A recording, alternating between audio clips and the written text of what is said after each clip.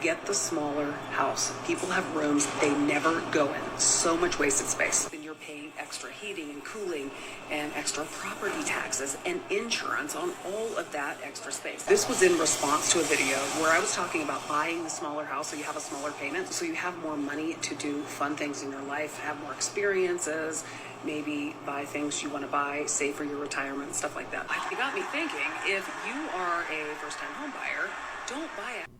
Big house. My name is Robert. Welcome to the channel. Make sure you like and subscribe.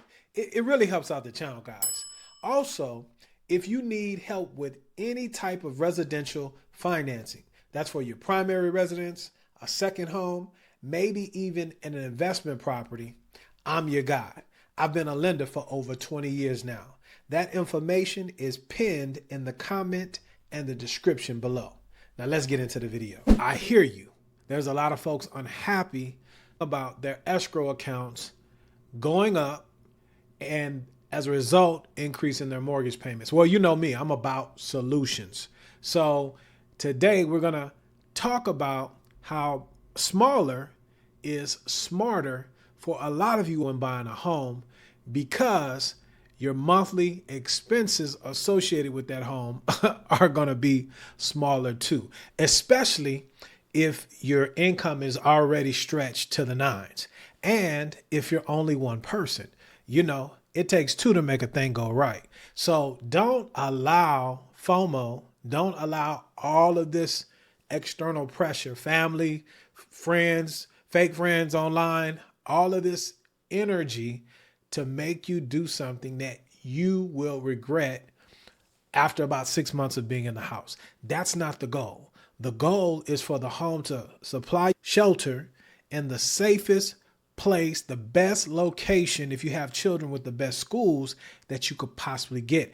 And if you're able to do this, you won't have this heartache and remorse of getting into a home. Because the fact of the matter is this: taxes and insurance are a part of life. All of these people online telling you that there's a mystical place somewhere where there's no taxes and nobody works and everybody's on vacation. I don't know where it's at. All around the world, it's the same song. It's just a different tune and a different choir singing it. So check out this young lady. I think she has the right mindset that might be able to help some of you guys as you make the decision to get onto the property ladder. My house is 600 square feet.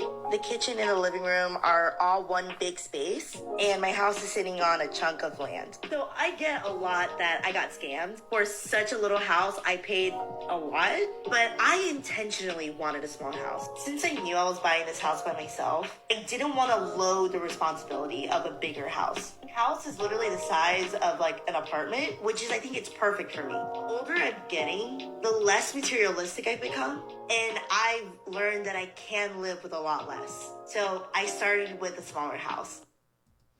So as you can see, man, she has an excellent outlook on, first of all, who she is and life in general, in my opinion. But if you dissect what she says, there, with age should come wisdom, right? And so for some of you younger folks that might be watching this video, take it from the old man. We all can't make moves at the same time. It takes time. And I know you think that whatever that number in your mind is old is way, way, way off in the future.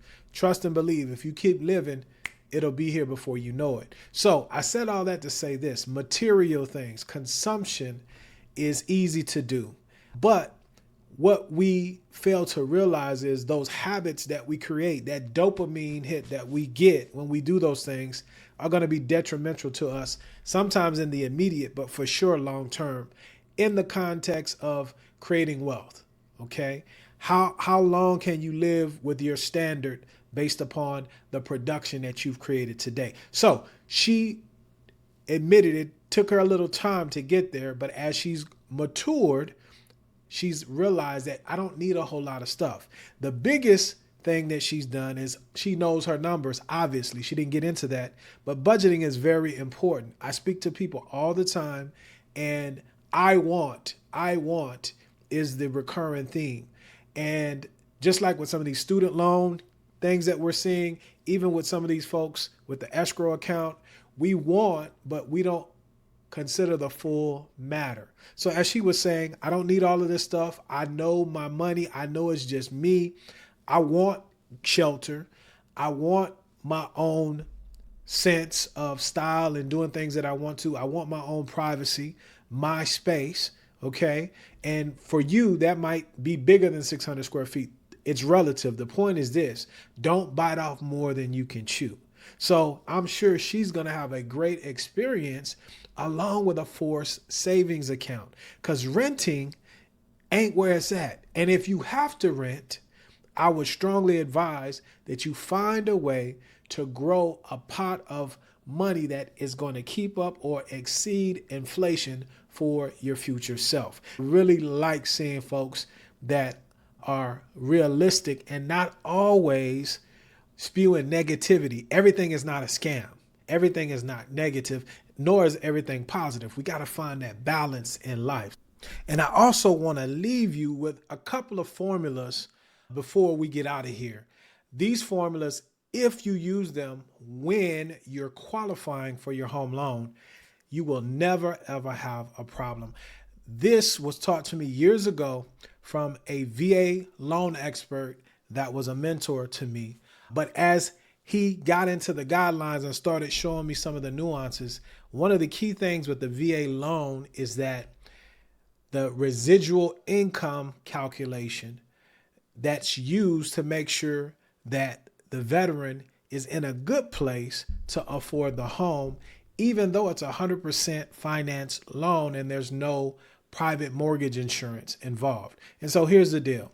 Whenever you're buying a home, take the square footage. And because we have inflation and things of that nature, I'll say if you could go anywhere between 14 and 17 cents per square foot, 14 to 17 cents per square foot, multiply that. And as long as you can comfortably put that money to the side every month with your payment, you'll never have to worry about when life happens, when the water heater, or if the water heater needs to be replaced. If you live in the home long enough, if you have to replace a roof, something of that nature, or an appliance, so on and so forth. Hopefully what will happen is, because you've disciplined yourself and prepared, remember, wealthy people prepare, poor people react. So because you planned and you understand what it is to be a homeowner, and you've done everything that we just aforementioned in this video, hopefully you'll never have those big items, and you'll have a big pot of money to do a lot of things with. Either move up when you get ready to move up on the ladder, put kids through school, whatever. It's about planning. So 14 to 17 cents per square foot. If you put those monies to the side, you won't regret it. Hopefully this video will spark some hope in you if you felt like I will never be able to buy a home, because that's not true. What you may have to do is get the right expectations for where your income is.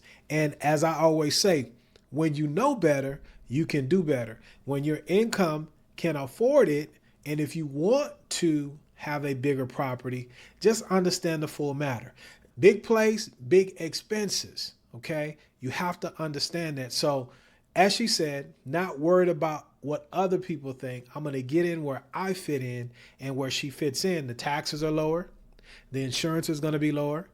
Not saying that they won't go up, because that's not life. It's going to go up based upon what those things do. But when those things do happen, she has the bandwidth, the margin to deal with those things, like we all should do when we mature, right? So hopefully this video was a blessing to you. Check this out, man. If you like these videos and you like the education, check out this playlist right here. And until the next time, y'all stay blessed. Peace.